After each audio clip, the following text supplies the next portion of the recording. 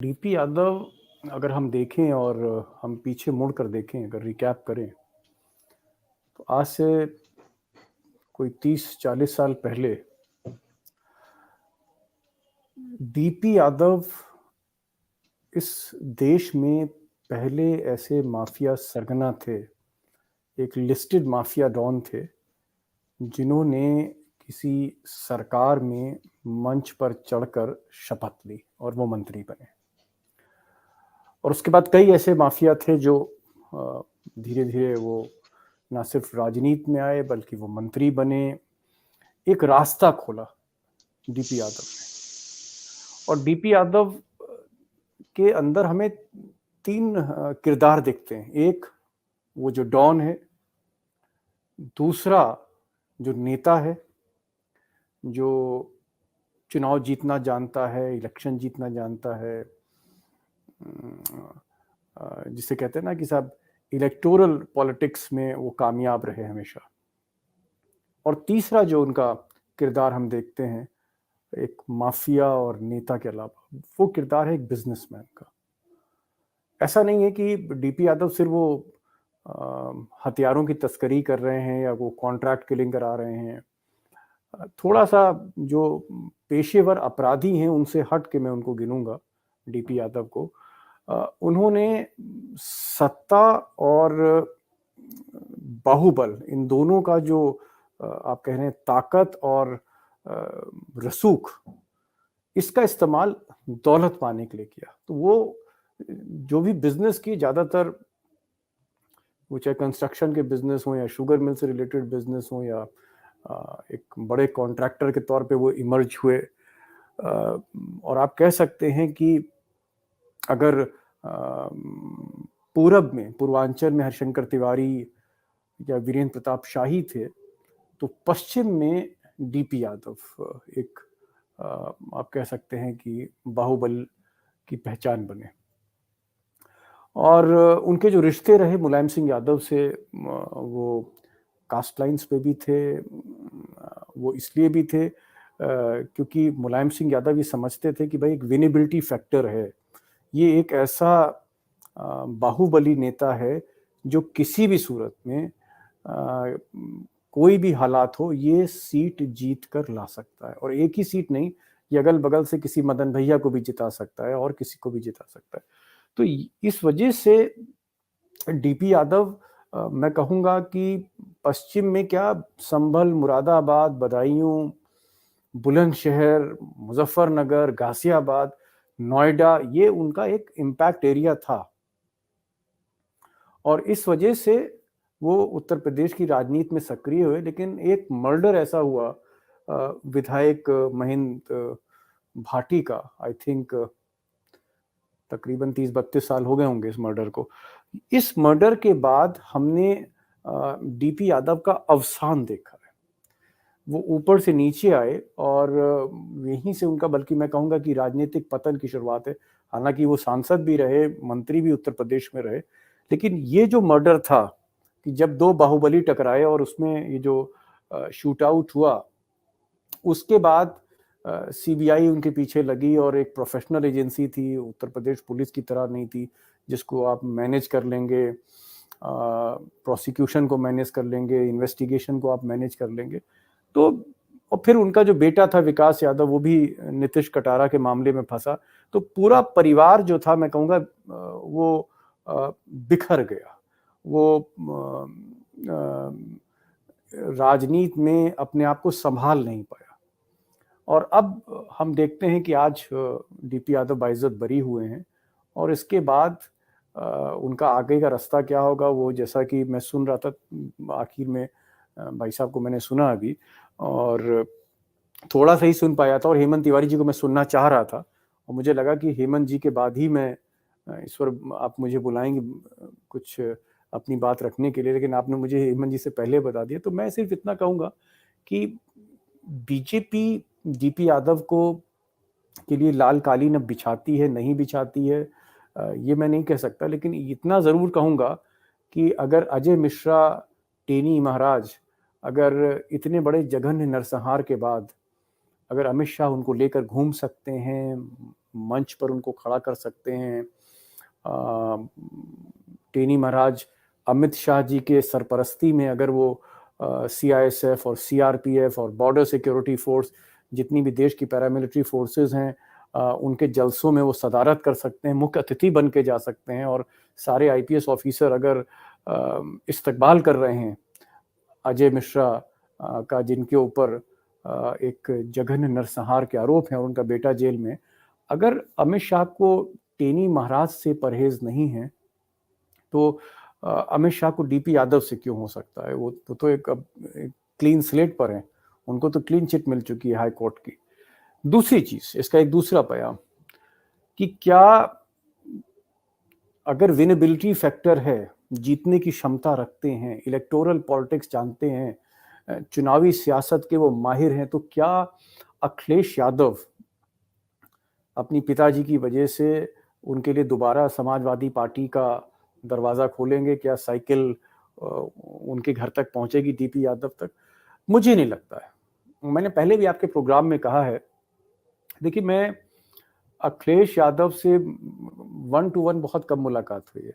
मुझे अभी भी संदेह है कि वो मुझे जानते हैं कि नहीं जानते हैं। हालांकि पार्लियामेंट की गैलरी से मैंने उनको घंटों मुद्दतों मैंने उनको कवर किया है और उत्तर प्रदेश में भी उनको कवर किया है।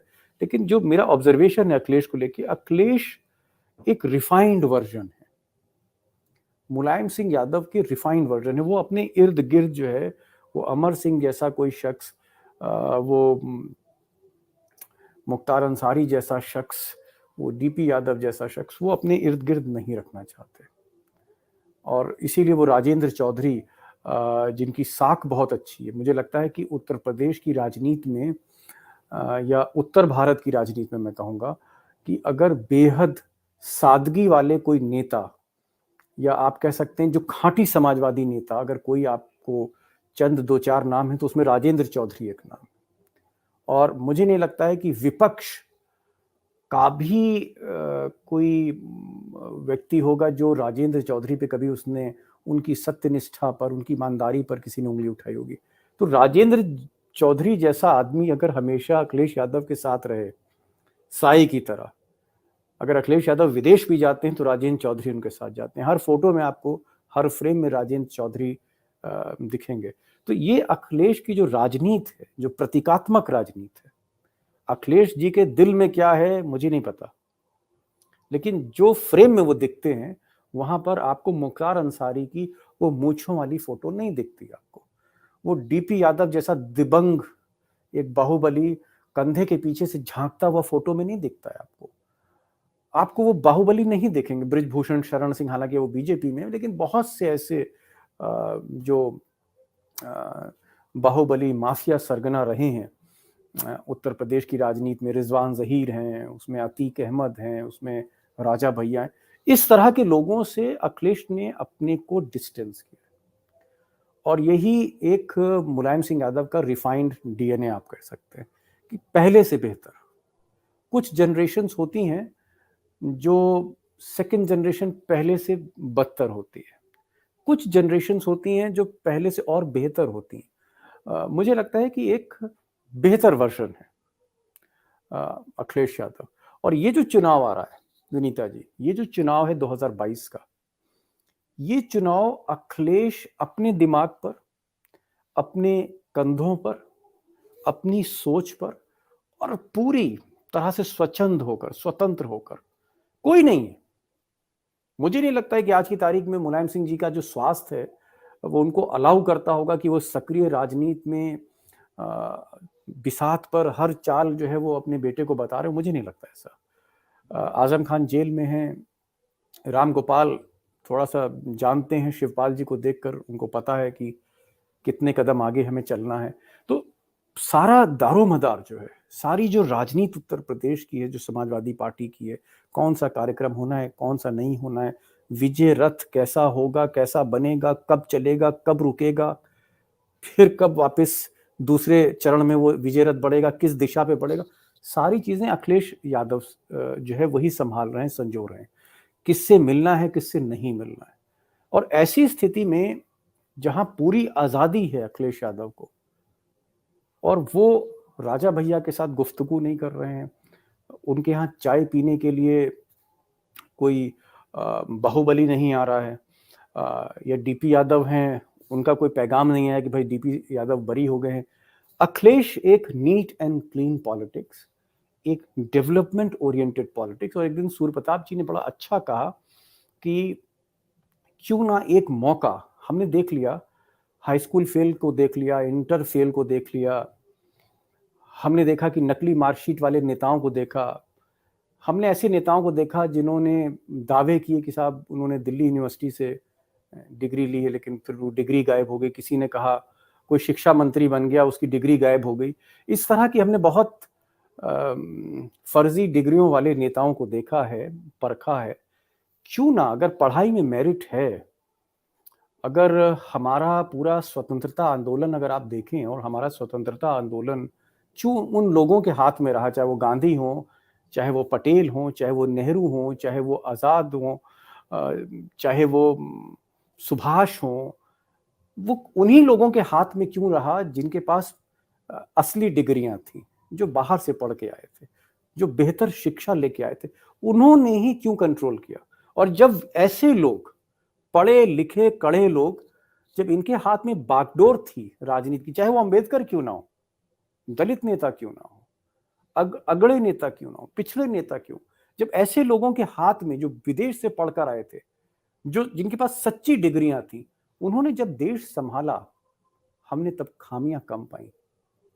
और जब हम नकली डिग्री वाले लोग देखते हैं तो हमें लगता है कि हाँ, कहीं ना कहीं कुछ खोट है सिक्के में। तो सूर्य प्रताप जी इसी संदर्भ में कह रहे थे कि एक मौका, आज के दौर में जो फर्जी डिग्री वाले लोग हैं उनको हटाकर एक मौका उनको दीजिए जो लंदन स्कूल ऑफ इकोनॉमिक्स है, दुनिया का सर्वश्रेष्ठ स्कूल जहां पर लोग एडमिशन लेने के लिए तरसते। तो लंदन स्कूल ऑफ इकोनॉमिक्स के पढ़े जयंत चौधरी, वो अखिलेश के साथ हों। अखिलेश एक एनवायरमेंटल इंजीनियर हैं ऑस्ट्रेलिया से, और आप देखेंगे कि अभी जो COP26 जो ग्लासगो इंग्लैंड में जो सम्मेलन हुआ था यूनाइटेड नेशंस का, जिसमें मोदी जी गए थे, वो किस पर था? एनवायरमेंट पे था, क्लाइमेट चेंज पे था। और क्लाइमेट चेंज ही फ्यूचर पॉलिटिक्स है। और अगर क्लाइमेट चेंज पर अखिलेश यादव, एक उनके पास डिग्री है एनवायरमेंटल इंजीनियर की, तो मुझे लगता है कि एक बहस ये भी होनी चाहिए, नकली डिग्री बनाम असली डिग्री। असली डिग्री वालों को भी मौका दें। और हमें लगता है कि जब आप असली डिग्री वाले लोगों को मौका देंगे, पढ़े लिखे लोगों को मौका देंगे, तो डीपी यादव जैसे लोग अप्रासंगिक हो जाएंगे। विनीता जी, और आप हमसे जुड़े रहने के लिए सब्सक्राइब करें YouTube पर, फॉलो करें Twitter पर और लाइक करें Facebook पर। और ज्यादा जानकारी के लिए आपको टाइप करना होगा सिर्फ न्यूज़ नशा।